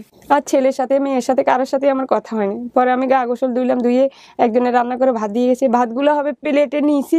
এইমাত্র হাসপাতালের থেকে ফোন করছে, শুক্রবারেই হাসপাতাল থেকে ফোন করে বলতেছে, আপা আপনি কি চলে গেছেন? আমি বলছি, হ্যাঁ আপা আমি তো চট্টগ্রাম চলে আসছি। বলছে, আপা আপনার হাজবেন্ড খুব অসুস্থ, আপনি এখন আবার রওনা করেন। আপনার হাজবেন্ড স্ট্রোক করছে, কানের পর্দা দুটোটা ফেটে গেছে, কান দিয়ে এত রক্ত যাচ্ছে, আমরা কোনো রকম ওনাকে রক্ত বন্ধ না করতে পেরে ওনাকে আইসিইউতে দিছি। তারপরে আইসিইউতে দিছে বলছে, যখন বলছে আইসিইউতে দিছে আমি বলছি যে আর তো নাই, শেষ। তারপরে এই বাচ্চাদেরকে ফেলে আবার সেই রাত্রে 12:30টার গাড়ি দিয়ে 12:30টার গাড়িতে আবার রওনা করছি। আমি পরে আসি দেখি কি সিটে নাই, খুঁজতেছি পাই না। ডাক্তারেরা সবাই বলতেছে ওনাকে আইসিইউতে রাখছি। পরে ওই সিট থেকে দৌড়ে আইসিইউতে ঢুকছি। ঢুকার পরে ডাক্তার একটা আন্দা করে ধরে বলতেছে, আফা আপনি এত অস্থির হচ্ছেন আছে তো। পরে দাঁড়াইছি আর একটা রুগী বলে যে কালকে রাতে রুগী মারা গেছে, যে ওইটার ওয়াইফ আসছে। এই কথা মানে কানে গেছে, যে তখন যে টাইসের উপরে এমন ভাবে চিৎকার করে বলছি, আরে কেউ নাই, কেউ নাই, জীবনে কোনো কষ্ট না, কোনো বেদনা। আমার কান্না দেখে পুরো হাসপাতালের মানুষ কান্না করছে। পরে শুনি যে সেই রাত্রে নিয়ে মগঘরে নিয়ে ফ্রিজে রেখে দিছে, কোনো গার্জিয়ান নাই বলে। পরে কান্না করছি, সবার কাছে ফোন করতে করবো যে কাউকে খুঁজে পাচ্ছি না। মানে আশার আলোতে ফোন করছি, আশার আলোর হাবিব আফা, হাসান ভাই, ডাক্তার আফা সবাই দৌড়ে চলে গেছে। সবাই যাই দেখতেছে আমি ফুলরে ঘুরেতেছি আর কান্না করতেছি। পরে অ্যাম্বুলেন্স ধরে দিল, এই একা একা লাশটা নিয়ে আবার বাড়িতে আসছি। ছেলে মেয়ে রয়ে গেছে চট্টগ্রাম, আমি ঢাকা। লাশটা নিয়ে গেছি নোয়াখালী। পরে ওর বন্ধুরা গাড়ি করে বাচ্চাদেরকে ডাকে চিটাগং থেকে নোয়াখালী আনছে। আমরা কি জানতো যে যেই যাকে কবর দিচ্ছে এইডস এর পেশেন্ট ছিল? সবাই জানতো? আমাদের বাড়িতে সবাই জানতো, কিন্তু প্রথমত সবাই একদম ঘৃণা করছে, মানে কেউ মিশতেছে না, খাচ্ছে না, ধরতেছে না। লাশটা ঠিকমতো দাফন করেছে সবাই? হ্যাঁ করছে। তারপরে বাড়িতে সবাই, পরে আমার বোন ননদ আমার পাশে ছিল তো, ওই আশার আলো থেকে সবাই সবকিছু বলতে যে কোনো ছোঁয়াছুঁই রোগ না, এতে কিছু হয় না, এগুলো সবাইকে বুঝেছে। আবার আমার ভাইরা যেও সবাই মানে স্বাভাবিক চোখে দেখছে। আপনার বাচ্চাটা কি তখন আপনি ডায়াগনোজ করেছেন? না, তখন আপনি জানেন না যে বাচ্চার আপনার এইচআইভি পজিটিভ? না, জানি না। তারপরে কি হলো বাচ্চাটা? তারপরে বাচ্চাটাকে ওর আব্বু মরে গেছে, তখন তো আমি চোখে ভালো করে দেখি না। তো ওর আব্বু মরে গেছে, তো তখন বাচ্চার বয়স 1 মাস 17 দিন, মেয়েটার বয়স 1 মাস। পৃথিবীর কোন সিনেমাতে এটা পোট্রে করা সম্ভব? কোন নাটকে এটা পোট্রে করা সম্ভব? আমি জীবনে এত মানে স্যাড স্টোরি শুনেছি, এত কষ্টের শুনেছি, আনথিঙ্কেবল। তারপরে ওই বাচ্চাটাকে ওর আব্বু মরে গেছে, আমি চোখে দেখি না, হাঁটতে পারি না ঠিক করে। পরে বাচ্চাটাকে আমার ননদ নিয়ে গেছে। নিজেও আস্তে আস্তে আর কি করবো, বাপের বাড়ি থেকে এক সময় গেছি ননদের বাসায়, গেলাম, যাই ওখান থেকে একটু কাজ শিখলাম। কাজ শিখে তারপর নিজে কি করবো, শক্ত হয়ে দাঁড়িয়েছি। 70-80 লাখ টাকা সব বানের পানির মধ্যে সব 16 মাস আমি মেডিকেলে ছিলাম। আর কি থাকে, আর দাফে কি বলবো, সবসময় নামাজ পড়তাম, সবসময় আল্লাহর কাছে ফরিয়াদ করতাম। জানি না কি ভাগ্য, শুধু একটাই বলতাম, আল্লাহ গো আমার ছেলে মেয়ে, আমি যদি অপরাধ করে থাকি, আমার হাজবেন্ড যদি অপরাধ করে থাকে, কোনো অপরাধের কারণে যদি তুমি আমাকে সাজা আরো দাও, কিন্তু আমার না বলক 2টা বাচ্চাকে তুমি আর বিপদ। রোগের বোঝা এমনি অনেক বার হয়ে গেছি, আর কোনো বোঝা দিও না গায়ের উপর। সবসময় আল্লাহর কাছে এটাই ফরিয়াদ করতো। তারপরে এই আস্তে আস্তে দিনকে দিন ভালো হইতে লাগে। তারপর আমার মাথা চুল হইলো, সমস্ত গায়ের দাগগুলো যে কোথায় চলে গেছে আমি নিজে বুঝতে পারতেছি। আলহামদুলিল্লাহ। কিন্তু আমাকে চিনাই যেত না যে আমি নাসিমা। আল্লাহ দিলে এখন আমার চুলও প্রায় 8 সমান হয়ে গেছে, মাশাআল্লাহ। সবকিছুই সব হয়েছে। তারপরে চাকরি করতে আল্লাহর রহমতে মেয়ের বয়স যখন 17 মাস হয়েছে, তখন আরো এই একটা আমার যে কি কষ্টে চিন্তায় যাচ্ছে, জানি না কখন 18 মাস হবে, কখন ঢাকা থেকে। জীবনে বহুত পরীক্ষা দিয়েছেন আপনারা, আমি জানি প্রত্যেকটা মানুষই পরীক্ষা দেয়, জীবন মানি পরীক্ষা, কিন্তু এরকম ভয়াবহ পরীক্ষা দিয়েছেন কখনো? মানে 1টা মাস পরে আমার এই বাচ্চাটার কি হবে, সবচেয়ে কাঙ্ক্ষিত সম্পদ, যেই বাচ্চাটার জন্য উনি মসজিদে গিয়ে ঝাড়ু দিত একটা মেয়ের জন্য, সেই মেয়েটার টেস্ট কি আসবে সেটার জন্য ওনার টেনশন। 18 মাসের লাস্ট মাস। What a story. এবং এই টেস্টটা আমি বলি, আজকে বাংলাদেশের এই এপিসোডটা এইডস সম্পর্কে, এইচআইভি সম্পর্কে নতুন করে ভাবতে শেখাবে, শুধু এতটুকুই বলতে পারি, যদি মিনিমাম সেন্সটুকু থাকে আপনাদের মধ্যে। তারপরে শুধু অপেক্ষায় থাকতাম কখন মোবাইলে ফোন করবে ঢাকা থেকে, বলবে আপা আপনার মেয়েকে নিয়ে আসেন, এইরকম অপেক্ষা থাকতাম। একদিন একদম অনেক কাজ করতেছি, একটা বউ সাজাচ্ছি, ঠিক তখন ফোন করছে, নাসিমা আপা আপনার বাচ্চাটাকে তো আগামী বৃহস্পতিবার একটু নিয়ে আসতে হবে, ওর 18 মাস পূর্ণ হয়ে গেছে। আশার আলো থেকে? হ্যাঁ। ওকে। টেস্ট করছে সবাই, ওকে দিয়ে দেখে অবাক, হাসপাতালের সবাই, অনেক বিদেশি ডাক্তারেরা আসছে দেখতে, পিজি ডাক্তারেরা ফোন করছে, আশার আলোতে গেছে, না তারপরে আপনার নাইজেরিয়ার ডাক্তারেরা গেছে, সবাই দেখে বলছে কিউট বেবি, কি সুন্দর হয়ে গেছে বেবিটা। তাই এখন আমাদের ওই হাবিব আপা না আমার বেবিকে কোলে নিয়ে বসেছে, টেনশন করি না, ওর ব্লাড নিচে তো টেস্ট করে চলে আসবে ইনশাল্লাহ, তোমার মেয়ে সবাই বলতেছে ভালো থাকবে। তো এখানে একটা সাবি আপা আসে, আফা আবার বাচ্চাদের মানে টেস্ট আইলে ওই মাদেরকে যে উনি এত ফিল মানে এত করে রাখে, মানে দুর্বল দুর্বল হতে দেয় না, দুর্বল হতে দেয় না যে অসুস্থ হয়ে যাবে। তখন কথা বলতে বলতে হট করে হাবিব এখানে আপা বলতেছে, সানোয়ার ভাই এসে বলছে, আপা আপনার মেয়ে নেগেটিভ। আপা ভাইয়া ওই দিন আমার মনে হচ্ছে পৃথিবীতে আমার আরেকবার জন্ম হয়েছে, তারপরে তুমি জন্ম করতে আল্লাহ, আমি আমার জীবনের সেরা একটা কাজ করলাম আজকে, এবং থ্যাংক ইউ জানাই ইউএনএইডস কে।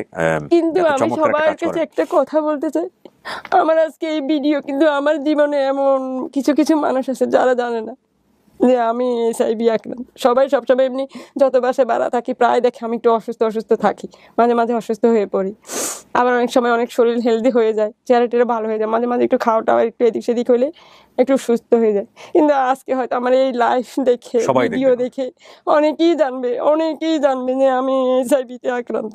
কিন্তু আমি সবার কাছে একটাই শুধু অনুরোধ করব, আপনাদের কারো হাজবেন্ড হোক বা আপনারা কেউ কাউকে দোষারোপ করবেন না, ধৈর্য সহকারে আল্লাহর কাছে হেফাজত করে থাকবেন যে আসলে আমাদের নসিবেই কষ্টটা থাকে, আল্লাহ না চাইলে কিছুই হয় না ভাইয়া, কিচ্ছুই হয় না। কিন্তু আমি প্রত্যেকটা ভাই আফা যারা আমার এই লাইফ দেখবেন, আমার জীবনীও শুনবেন, সবার কাছে আমার একটা রিকোয়েস্ট থাকবে, আমার স্কুল জীবনে, আমার ছেলের স্কুল জীবনে অনেকে হয়তো দেখবে, কারণ এখন তো ছোটো ছোটো বাচ্চাদের হাতে লাইফ আছে, মোবাইল আছে, সবার কাছে আমার হাত জোর করে অনুরোধ করছি, কেউ আমার ছেলেকে মেয়েকে আমার রোগের কারণে এতটুকু তুচ্ছ করিয়েন না। আমার ছেলে মেয়েরা আমার অনেক কষ্টের সম্পদ, আমি অনেক জীবনে অনেক সুখ দেখেছি, কিন্তু তার চেয়ে দ্বিগুণ দুঃখী আমি আজকে 1 বছর আবার কোনো কর্ম করতে পারি না, অসুস্থ হয়ে যায়, ছেলে মেয়েদেরকে নিয়ে অনেক কষ্টে আছি, অনেক কষ্টে। একটা চাকরির জন্য অনেক চেষ্টা করি, কেউ একটা চাকরি দেয় না, কিন্তু পার্লারের কাজ আজকে 1 বছর করি না। আমার এই জীবনের মধ্যে জীবন কারণ না হয়। আপনি সমস্ত কিছু জেনে, সামাজিকতার কথা জেনে, সমস্ত কিছু জেনে আপনি কেন আজকে এরকম পাবলিকলি আজকে ফেস দেখিয়ে আপনি এই এরকম একটা অনুষ্ঠানে আপনি আসলেন, স্বেচ্ছায় আপনি আসলেন? যখন ওই ভাইয়া আমাকে বলছে, মুন্না ভাইয়া ফোন করে বলছে আপনাকে যদি একটা লাইফে আপনি জীবন কাহিনী শুনতে চাই, তো আমি বলতেছি সমস্যা কি, আমি বলবো আমার জিনিসটা দেখে। কিন্তু আমি এখন দুঃখ হয়, আবার অনেক সময় দুঃখ করি না, এখন বেশিরভাগ দুঃখ করি না, মনটাকে অনেক শক্ত করছি, মনে করি যে মানুষ কত রোগে আক্রান্ত হয়। যেমন আমার এইচআইভি রোগে শুধু 3টে কারণ যদি আমরা মেনটেন করে রাখি, তাহলে কেউ শরীর থেকে কারো গায়ে যায় না, ওষুধ খাইলেই কন্ট্রোলে চলে আসলে আর কোনো অসুস্থ। এমন ভাইয়ার আছে জানেন, রোগ ধরা খাইছে 25 বছর হয়েছে, আমার চোখের সামনে আমি চিনি এদেরকে। অনেক আফার আছে, বাংলাদেশের যে সর্বপ্রথম 1 নাম্বার রোগী, সেও এখনো বেঁচে আছে, সে 26 বছর এইচআইভি আক্রান্ত। তার মানে আপনি বলতে চাচ্ছেন যে আপনি মিডিয়া ফেস করছেন এটা বলার জন্য যে এটা নিয়ে আপনাদের যে ভুল ধারণা, সেই ভুল ধারণা যাদের কাছে, এরা একেবারে সম্পূর্ণ ভুল। সাধারণত আমাদের বিদেশি ডোনারগুলোর মাধ্যমে যে ওষুধগুলো আমরা পাই, বাংলাদেশ সরকার এখন আমাদের ওই ওষুধগুলো দিচ্ছে, তো ওই ওষুধগুলো খাওয়ার পরে আমরা অনেকটাই, আমার জীবনে আমি জানেন 12 কেজি ওজনের মানুষ দেখছি। তারপরে আমি একটা প্রোগ্রামে আসছি, উনি প্রায় 80 কেজি ওজন হয়ে আমাকে নাসিমাফা বলে ডাক দিছে, আমি চিনি না। ওই 12 কেজি থেকে 80 কেজি ওজন হয়ে গেছে। তারপরে আমি ওনাকে চিনি না, উনি আমার হাত ধরে বলতেছে, দিদি আমি কুমিল্লা, এখনো বেঁচে আছে আল্লাহর রহমতে, ওনারা স্বামী স্ত্রী দুজনই পজিটিভ। বিমি আমেনা আপা যে একটা কেস বললেন, আমি জানি যে আমার এই ক্রাউডটা অনেক বড় ইনশাআল্লাহ, আলহামদুলিল্লাহ। তো এই ক্রাউডের কাছে আমি একটা এক্সাম্পল না, আমি আরো 2-3টা এক্সাম্পল নিয়ে আসবো সময়ের প্রেক্ষাপটে। আমার অনুষ্ঠানের মূল জায়গাটা কোনটা ছিল? আজকে যে লাইফের স্টোরিটা আপনারা দেখলেন, এই যে প্যারাডাইমটা আপনারা দেখলেন, যে গ্রাফটা আপনারা দেখলেন, যে মানুষটাকে ভালোবেসে সে বিয়ে করলো, বা বিয়ের পরে যে মানুষটাকে সারা জীবনের সবচেয়ে বড় সঙ্গী হিসেবে নিল, সেই মানুষটার চলে যাওয়া, এবং তারপরে উনি এইডসে আক্রান্ত হয়ে, সাধারণত এইচআইভি পজিটিভ হওয়ার পরে এইডসে যেতে অনেক সময় নেয়, উনি এইডসে চলে গেল, এবং সে সময় উনি কনসিভ করা, ক্যান ইভেন ইমাজিন কনসিভ করা, এবং সেই বাচ্চা দুনিয়াতে আসলো, সে হচ্ছে নেগেটিভ, সুস্থ বাচ্চা, তারা এখন সুন্দর জীবনযাপন করতেছে, কোনো সমস্যা নেই। এবং আপনারা ওনার যে বর্ণনা শুনেছেন সেটা কত সালের? 2012 সাল, আজকে 2021 সাল, 9 বছর যাবত উনি সুস্থ আছেন এবং উনি সুন্দর স্বাভাবিক জীবনযাপন করতেছেন। তার মানে উনি কখনোই মানসিকভাবে দুর্বল হন নাই, মানসিকভাবে ভেঙে পড়েন নাই, এবং উনি মানসিকভাবে দুর্বল না বলেই এরকম একটা গণমাধ্যমকে উনি আজকে ফেস করেছেন 2টা কারণে। একটা হচ্ছে, আমি যদি বুঝে না থাকি আপা, আমি যদি ভুল বলি আপনি আমাকে বলবেন যে আমি ভুল বুঝেছি। একটা যেটা হচ্ছে যে উনি চান যারা এরকম এইচআইভি পজিটিভ হয়েছে বিভিন্ন ইনসিডেন্টের কারণে, তাদের প্রতি আমরা যেন অন্যরকম দৃষ্টিভঙ্গি না দিই, তারা স্বাভাবিকভাবে বাঁচার অধিকার আছে, সেইটাতে যেই পরিমাণ সাপোর্ট দরকার মানবিক জায়গাটা থেকে, সেই সাপোর্টটা যেন আমাদের থাকে, নাম্বার 1। আর নাম্বার 2 হচ্ছে হলো, এটা হলেই যে মৃত্যু, এটা হলেই যে মারা যাবে, এই কনসেপ্ট থেকে আপনাদের বের হয়ে আসতে হবে। এটা একদম একটা বিকল্পহীন কল্পনা ছাড়া কিছুই না। সো আমাদের এই দৃষ্টিভঙ্গিটা পরিবর্তন করতে হবে। সচেতন হলে আমরা সার্ভাইভ করবো, with the name of almighty Allah. আমি বারবার বলতেছি, আমাদেরকে সচেতন হতে হবে, সচেতন হলে আমরা সার্ভাইভ করবো। এই যে এতগুলো ব্যাপার, আমরা বললাম, আমরা একটা স্টোরি এখানে প্রেজেন্ট করলাম, সেগুলো আসলে মেডিকেল সায়েন্সের জায়গাটা থেকে কতটুকু আপনি আপনার পরিচয়টা আমাদেরকে একটু দেন প্লিজ। অনেক ধন্যবাদ। আমি শাহনাজ বেগম, আমি মেডিকেল ডক্টর এবং আমি ইউনিসেফে কাজ করছি বর্তমানে, কিন্তু নিউট্রিশন অফিসার হিসেবে কাজ করছি। কিন্তু আমার বিগত প্রায় 18 বছর কাজ করেছি আমি এইচআইভি পজিটিভদের সঙ্গে, এবং 7 বছর কাজ করেছি prevention of mother to child transmission of HIV এই জায়গাটাতে, এবং এটা ইউনিসেফের সঙ্গে কাজ করেছি আমি। 18 years experience, almost 18 years experience এইচআইভিদের সঙ্গে কাজ করা। 2002 থেকে শুরু হয়েছে 2018 পর্যন্ত। ফাইন। বিবি আমেনার পুরো গল্পটা আপনি দেখলেন, আপনি প্রথমত আপনি কি বলতে চান, দেখার পর আপনার নিজের ওপিনিয়ন যদি কিছু বলার থাকে? অনেক সাহসী একটা পদক্ষেপ সে নিয়েছে, এবং সেটা নিয়ে সে যে বলেছে কথাগুলো, এটার জন্য আমি তাকে অসংখ্য মনের দিক থেকে আমার দিক থেকে আন্তরিকভাবে আমি তাকে অনেক সাধুবাদ জানাচ্ছি। এইচআইভি মানেই হচ্ছে মৃত্যু, বা এইডস মানেই হচ্ছে মৃত্যু, এই স্টেজে এখন কি আমরা আছি? আমাদের মেডিকেল সায়েন্স কি মানে ওই দুর্বল স্টেজে আছে কিনা? আপনি যদি ধারাবাহিকভাবে আমাদের যে মাস ক্যাম্পেইনগুলো যদি ফলো করেন বা মাস কমিউনিকেশনসগুলো যদি ফলো করেন এইচআইভি নিয়ে বা এইডস নিয়ে, তাহলে দেখবেন যে আমাদের সেই শুরুর দিকে যে মেসেজগুলো ডিসেমিনেটেড হতো, যেমন এইডস হচ্ছে মরণ ব্যাধি, এইডস হলে মৃত্যু অবধারিত, এই ধরনের মেসেজগুলো কিন্তু নেই আর এখন। তার মানে কি? তার মানে হচ্ছে যে মেডিকেল সায়েন্স অনেক ডেভেলপ করে গেছে। এইচআইভির যে আমরা যখন থেকে জানতে পারি, সারা বিশ্বে যখন জানতে পারলো 1981 এর দিক থেকে এই পর্যন্ত, খুব বেশি দিন কিন্তু হয়নি, তার চেয়েও অনেক পুরনো অসুখ রয়েছে, যেগুলো বা রোগ রয়েছে, যেমন ধরেন টিউবারকুলোসিস, যেটা নিয়ে আমরা এখনো হিমশিম খাচ্ছি। কাজেই তার দিক থেকে যদি আমরা বলি যে এটা অনেক নতুন একটা রোগ, এবং সেই রোগগুলো নিয়ে যত বেশি গবেষণা হয়েছে তা বোধহয় হয়তো টিউবারকুলোসিস নিয়ে এত গবেষণা হয়নি। কাজে ওই গবেষণার পরিপ্রেক্ষিতে কিন্তু এইচআইভিকে কত দ্রুত এই রোগটাকে সুস্থ করে তোলা যায় বা টিকার ব্যবস্থা করা যায়, এগুলো নিয়ে কিন্তু অনেক কাজ হচ্ছে। বিবি আমেনার যে সিচুয়েশনটা হলো লাস্ট পর্যায়ে এসে তার বাচ্চাটা নেগেটিভ হলো, এটা কি মেডিকেল সায়েন্স গ্যারান্টি দিতে পারে যে কোনো অবস্থাতেই, যদি বিশেষ করে আপনি তো এই গ্রাউন্ডে কাজ করেছেন, নাকি এটা একটা মিরাকল? আপনি কি বলবেন আসলে? না, এটা মিরাকল না, এটা একদমই বিজ্ঞানসম্মত। কারণ হচ্ছে এইচআইভি পজিটিভ মা যদি এইচআইভি পজিটিভ থাকে এবং সে যদি ট্রিটমেন্ট নিয়ে থাকে, অ্যান্টিরেট্রোভাইরাল থেরাপি নিয়ে থাকে, এটা আমরা গল্পে শুনেছি, উনি যখন ওনার নিজের গল্পটা বলছিলেন যে উনি সন্তান যখন গর্ভে, তখন উনি অ্যান্টিরেট্রোভাইরাল থেরাপি একটা পর্যায়ে ওনাকে শুরু করা হয়, মোস্ট প্রবাবলি 6 মান্থসে তার শুরু করা হয়। এবং এখন অবশ্য মেডিকেল সায়েন্স আরও অ্যাডভান্স হয়ে গেছে, যে এখন যখনই প্রেগনেন্সি হবে তখন থেকেই তাকে এই ওষুধটা শুরু করতে হবে, অ্যান্টিরেট্রোভাইরাল থেরাপি। কিন্তু উনি যখন শুরু করেছেন তখন কিন্তু গাইডলাইনটা ওরকমই ছিল, 6 মাস থেকে 7 মাসের মধ্যে অ্যান্টিরেট্রোভাইরাল থেরাপি শুরু করতে হবে। আপনি ধাপে ধাপে কিন্তু মেডিকেল সায়েন্স এদিকেও ডেভেলপ করেছে, যে মা থেকে শিশু সংক্রমণ, এইচআইভি সংক্রমণ যাতে প্রতিহত করা যায়, সেজন্য কিন্তু আগে যে গাইডলাইনগুলো ছিল সেগুলো চেঞ্জ হয়ে এখন এসেছে যে যখনই গর্ভধারণ করবে একজন এইচআইভি পজিটিভ ব্যক্তি, মা তাকে সাথে সাথে অ্যান্টিরেট্রোভাইরাল থেরাপি শুরু করতে হবে।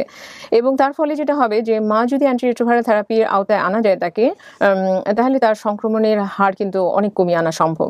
এবং এটা এতটাই কমিয়ে আনা সম্ভব যে এটা যদি সে ব্রেস্ট ফিডিং হয়, মা যদি তার সন্তান হওয়ার পরে যদি সে মায়ের দুধ খাওয়ায়, তাহলে সেক্ষেত্রে এর সংক্রমণের হার প্রায় 5% নিচে চলে আসে। আর যদি সে মা যদি পছন্দ করে যে না সে ব্রেস্ট ফিড করবে না, তবে সেক্ষেত্রে 2% নিচে নেমে আসে।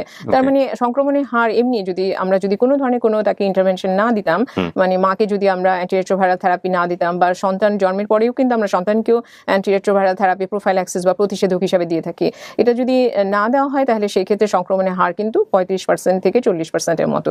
কাজে সেখান থেকে অনেক কমিয়ে আনা যায়। ওকে, এখন আমরা যেটা বলছি যে এইচআইভি পজিটিভ হলে এটাকে প্রতিরোধ করা যায়, আবার কিওরও করা যায় না। মানে প্রতিরোধ আর কিওর এই শব্দটার ব্যাপারে আমি একটু জানতে চাই, যে পজিটিভ মানে হচ্ছে ডিজিজ কিওর হবে না, কিন্তু প্রতিরোধ করা যাবে, মানে আসলে ডিফারেন্সটা কোথায় আসলে? মানে শব্দটা একটু এলোমেলো হয়ে গেছে আর কি। ব্যাপারটা এরকম যে এইচআইভি পজিটিভ যদি কেউ হয় এবং সে যদি একটু আর্লি ডায়াগনোসিস হয়, যেমন আমরা এই ক্ষেত্রে দেখেছি যে ওর স্বামী ডায়াগনোসিসটা অনেক লেট ডায়াগনোসিস ছিল, কিন্তু তারপরেও সে কিছুদিন বেঁচেছে, তাকে যেহেতু অ্যান্টিরেট্রোভাইরাল থেরাপি দেওয়া হয়েছিল সে বেঁচেছে, কিন্তু অলরেডি সে এইডস পর্যায়ে চলে গেছিল, যেটা সংক্রমণের 4র্থ ধাপ। এবং যখন সে 4র্থ ধাপে বা শেষ পর্যায়ে চলে যায় তখন মৃত্যুটা ত্বরান্বিত হয়ে যায়। কিন্তু তার আগে যদি সে ডায়াগনোসিস হয়, এবং সেই ক্ষেত্রে আমরা এইডসটাকে ডিলে করতে পারি, ডিলে হয়ে যায়। কারণ মেডিসিন খাওয়ার ফলে যেটা হবে যে মানে অ্যান্টিরেট্রোভাইরাল থেরাপি মেডিসিনটা খাওয়ার পরে শরীরের ভিতরে যে ভাইরাসগুলো থাকে, সেই ভাইরাসগুলো তার যে বংশবৃদ্ধি করার প্রবণতা সেটা একদম দমিয়ে ফেলা যায়। ফলে এইচআইভি যখন শরীরের ভিতরে তার সংখ্যা যখন কমে যাবে, তখন আমাদের যে সিস্টেমগুলোর উপরে তার যে প্রভাব, সেই প্রভাবগুলো তখন থাকবে না। উনি বলছিলেন যে 26 বছর ধরে সুস্থ আছে, এবং ট্রু, এবং 26 বছর কেন, অনেক লম্বা সময় ধরে সে হয়তো অ্যান্টিরেট্রোভাইরাল থেরাপি শুরুই করে করে নাই, শুধুমাত্র তার নিউট্রিশনটার দিকে খেয়াল রেখেছে। তার মানে তার খাবারের যে উপাদানগুলো, সেই খাবারের উপাদানগুলো সুষম খাবার কিনা, সেই উপাদানগুলো যদি সে খেয়াল করে, তারপরে তার বিশ্রামটা যদি খেয়াল করে, তার যে ফিজিক্যাল মুভমেন্ট এগুলো যদি খেয়াল করে, সে তার যে মেন্টাল হেলথ, তার ফিজিক্যাল হেলথ দুটাকে যদি সে খেয়াল মানে টেক কেয়ার করতে পারে, তাহলে সে কিন্তু ওষুধ ছাড়াই অনেকদিন সুস্থ থাকবে। খুবই ভালো লাগলো। কিন্তু তার মানে কি এটাই যে আমরা এইচআইভি কে ভয় পাবো না, মানে এই ভাইরাসটাকে ভয় পাবো না, একবারে যেমন ইচ্ছা তেমন ভাবে চলতে পারি, বিষয়টা কিরকম না? আমরা যদি আবার বিবি আমিনার দিকে তাকাই, এটা আমাদের যেমন আশার আলো দেখিয়েছে ওর ঘটনাটা, যে এইচআইভি পজিটিভ হলেই মানে মৃত্যু নয়, এবং সেখান থেকে বেরিয়ে আসা যায়, বেঁচে থাকা যায়। ওর শিশুটা নেগেটিভ হয়েছে, ও ভালো আছে। আবার এটাও দেখেছি যে তার হাজবেন্ডটা মারা গেছে, এবং তার হাজবেন্ড যখন মারা যায় সে এটাও বলেছে যে তার যে প্রাইভেট পার্টস যেটা হাজবেন্ডের, সেখানে অনেক ঘা ছিল। তার মানে এটা আমি যেহেতু পেশেন্টটাকে দেখি নাই, এটা সাসপেক্টেড যে তার ওই সময়টা সিফিলিস ছিল, এবং সিফিলিসের কারণে তার সিফিলিস একটা যৌনবাহিত সংক্রমণ, এসটিডি, এটা এক্স্যাক্টলি এটা এসটিডি, এবং এইচআইভিও যখন সেক্সুয়াল ট্রান্সমিশন হয় তখন সেটা এসটিডি। সামাজিক পারসেপশনের জায়গা বোধহয় পরিবর্তন হওয়াটা খুব জরুরি, অত্যন্ত দরকার। যেটা আমরা আজকে যে ঘটনাটা শুনেছি আমিনার বেলায়, উনি কিন্তু একটা সুন্দর মেসেজ দিয়েছেন যে আমার ছেলে মেয়েগুলোকে যখন স্কুলে ভর্তি করায় তখন যেন কেউ কিছু না বলে, এবং এটা নিয়েও কিন্তু কাজ করতে হয়েছে, এবং এখনো কাজ হচ্ছে স্কুলগুলোতে, যাতে করে ছেলে মেয়েগুলো যেন তারা অপবাদ বা বৈষম্যের শিকার না হয়। সরকারের কি ভূমিকা রাখা উচিত বলে আপনি মনে করেন, বা সরকার যাবৎকালে কি ধরনের ভূমিকা রেখেছে, যেহেতু আপনি প্রজেক্টের সঙ্গে অনেকদিন ধরে আছেন? গভর্নমেন্টের কিন্তু একদম শুরুর দিক থেকে ধরেন এই যে প্রচারণাগুলো, এগুলো কিন্তু গভর্নমেন্ট অনেক শুরু থেকে শুরু করেছে। একদম শুরু থেকে যদি আমরা, আমাদের দেশ কিন্তু প্রথম কান্ট্রি যেখানে একটা আলাদা করে একটা ন্যাশনাল এইডস এসটিডি প্রোগ্রাম, এটা আলাদা করে একটা উইং তৈরি হয়েছে, এবং তারা কিন্তু যথেষ্ট সোচ্চার। এবং আমাদের দেশে যে পলিসি, এইচআইভি এইডস পলিসি, এটাও কিন্তু অনেক আমাদের দক্ষিণ এশিয়ার অন্যান্য অনেক কান্ট্রি থেকে আমাদের অনেক আগে এটা তৈরি হয়েছে। সেই 97 সালে আমাদের এইচআইভি এইডস পলিসি তৈরি হয়েছে। আমাদের স্ট্র্যাটেজিক যে ইয়েগুলো, ইমপ্লিমেন্টেশন প্ল্যানগুলো, সেগুলো কিন্তু আমাদের একটা ধারাবাহিকভাবে তৈরি হয়। এবং আমাদের যে সার্ভিলেন্স সিস্টেম গভর্নমেন্ট থেকে, এগুলো কিন্তু সবই গভর্নমেন্ট পরিচালিত। যে সার্ভিলেন্সগুলো হচ্ছে 1998 থেকে সার্ভিলেন্সগুলো হচ্ছে, এগুলো যদিও আগে সাপোর্টেড বাই ছিল হলো আমাদের ডোনাররা সাপোর্ট করতো, কিন্তু পরবর্তীতে কিন্তু গভর্নমেন্ট এটা টেক ওভার করেছে, আইইডিসিআর এটা টেক ওভার করেছে, এবং তারাই করছে। এবং সর্বোপরি যেটা খুবই গুরুত্বপূর্ণ সেটা হচ্ছে যে মানুষকে ট্রিটমেন্টের আওতায় নিয়ে আসা, এবং এই ট্রিটমেন্টের আওতায় নিয়ে আসার জন্য অ্যান্টিরেট্রোভাইরাল থেরাপি অ্যাভেলেবেল করা। এটা কিন্তু খুবই এক্সপেন্সিভ, মোর দেন 4000 পার মান্থ খরচ হয়, এবং সেই মেডিসিনটা কিন্তু গভর্নমেন্ট ফ্রি অফ কস্ট সবাইকে দিচ্ছে। তাছাড়া এখন আবার যেটা গভর্নমেন্ট সংযোজন করেছে, যেটা ইউনিসেফের একটা ছিল, ইউনিসেফের একটা কার্যক্রম ছিল, যেটা গভর্নমেন্টের মাধ্যমে পরিচালিত হচ্ছে, যেটা হচ্ছে মা থেকে শিশু সংক্রমণ প্রতিরোধ করা, এবং সেটা 2013 সাল থেকে শুরু হয়েছে। এটা বেশ কয়েকটা মেডিকেল কলেজে এবং উপজেলা হেলথ কমপ্লেক্সে এই প্রোগ্রামটা বাস্তবায়ন হচ্ছে। আমি একটা জাস্ট বিষয় নিয়ে একটু জানতে চাই, যদি এরকম কেস আমরা পাই যে বেবিটা, ধরেন আপনি ছেলে বেবি কিংবা মেয়ে বেবি যেটাই হোক না কেন, আমরা জানলাম যে সিচুয়েশনালি সে হচ্ছে পজিটিভ, এবং আপনি যেহেতু বলছেন যে এইচআইভি কিওর হয় না কখনোই, এটা প্রতিরোধ করা যায় বা এটা ডিলে করা যায়, তাহলে ওদের স্বাভাবিক জীবন কিভাবে সম্ভব? লাইক আমি যদি পজিটিভ হই, আমি যদি আনম্যারিড হই, তো সেক্ষেত্রে আমি বিয়ে করলে আলটিমেটলি কি দাঁড়াবে, মানে আমার বাচ্চা কাচ্চার ক্ষেত্রে বিষয়টা কি দাঁড়াবে, মানে এটা আমি ওই লাইফে যেতে পারবো কিনা, আমি যদি এটা জানতে চাই আপনার কাছ থেকে। That's a very good question actually. যদি এইচআইভি পজিটিভ, ধরেন এই যে আমাদের এই বাচ্চাটা, আমাদের কিন্তু অনেক অ্যাডোলেসেন্ট আছে, অলরেডি বড় হয়ে গেছে, তারা মা থেকে সংক্রমণটা পেয়েছে, এবং ওরা একটা সময় যে দেখা যাবে বিয়ে করেছে, এবং সিলেটে একটা হিস্ট্রিও আছে, দেয়ার ইজ অ্যান ইনসিডেন্টস যে তারা এইচআইভি পজিটিভ, ও মা থেকে পেয়েছিল এইচআইভিটা, এবং যখন তার এইজ হয়ে গেল বিয়ের, তারকে বিয়ে দেওয়া হলো, এবং সেক্ষেত্রে অবশ্য এইচআইভি নেগেটিভ কেউ ওকে বিয়ে করতে চায়নি বা দিতে পারেনি, এইচআইভি পজিটিভ একজনকে বিয়ে করতে হয়েছে। এন্ড সবচেয়ে মানে খুশির বিষয়টা হচ্ছে যে ও মা থেকে শিশু পেয়েছে HIV, she was A case of PMT, এবং ওর যে সন্তানটা হয়েছে সে কিন্তু নেগেটিভ। মানে তারা দুজনই হাজবেন্ড দুজনই যেহেতু অ্যান্টিরেট্রোভাইরাল থেরাপির আওতায় আছে, কাজেই তাদের দুজনেরই সমস্ত বডি ফ্লুইড এটার ভাইরাসের সংখ্যা কম, ইনক্লুডিং সিমেন। কিন্তু যদিও মানে যে এইচআইভি পজিটিভ না এরকম কাউকে যদি বিয়ে করতো, সেক্ষেত্রে কি হতো কেসটা? সেক্ষেত্রে এটা কিন্তু 100% ট্রান্সমিশন হয় না। তার মানে হচ্ছে যে যারা HIV positive, sexual transmission rate, sexual transmission efficiency বলি আমরা, যে কতটুকু এফিশিয়েন্টলি ট্রান্সমিশন হতে পারে এই রুটে, এটার এফিসিয়েন্সি কিন্তু অনেক কম ব্লাড ট্রান্সমিশন থেকে। ব্লাড ট্রান্সমিশনে কিন্তু সরাসরি ট্রান্সমিশনটা হয়ে যাচ্ছে, কিন্তু যদি হয় সেক্সুয়াল রুটে ট্রান্সমিশন এফিসিয়েন্সি, সিমেনের কথা যদি আমরা বলি, সেটা সেক্সুয়াল রুটে transmission either সিমেন or vaginal fluid, দুজনে থেকেই পেতে পারে। তো কাজেই এই রুটে ট্রান্সমিশন, রিস্ক অফ ট্রান্সমিশন কিন্তু অনেক কম, কিন্তু এই ঘটনাটা লাইফে অনেকবার ঘটে বলে, ফ্রিকোয়েন্সি বেশি বলে এইচআইভি ট্রান্সমিশনটা সেক্সুয়াল রুটে। আমি এই জায়গাটাই যেটা জানতে চাই সেটা হলো যে সেক্ষেত্রে এমন কোনো পদ্ধতি আছে কিনা যে লাইক মেল হচ্ছে পজিটিভ, ফিমেল পজিটিভ না, সে খুবই নর্মাল একটা লাইফে আছে, এখন মেল যে পজিটিভ তার কাছ থেকে সে কোনোভাবে এফেক্টেড হবে না, এই জায়গাটায় মেডিকেল সায়েন্স কোনো ব্যারিয়ার দিতে পারে কিনা? না, এটা বেরিয়ে না, এটা কিন্তু একটা ট্রিটমেন্টই বলা হয়, এখন বলা হয় মানে প্রি এক্সপোজার প্রোফাইল্যাক্সিস। তার মানে হচ্ছে যে মানে হাজবেন্ড যদি নেগেটিভ পজিটিভ হয়, ওয়াইফ যদি নেগেটিভ হয়, হাজবেন্ডকে অ্যান্টিরেট্রোভাইরাল থেরাপি খুব তাড়াতাড়ি করে শুরু করে দেওয়া।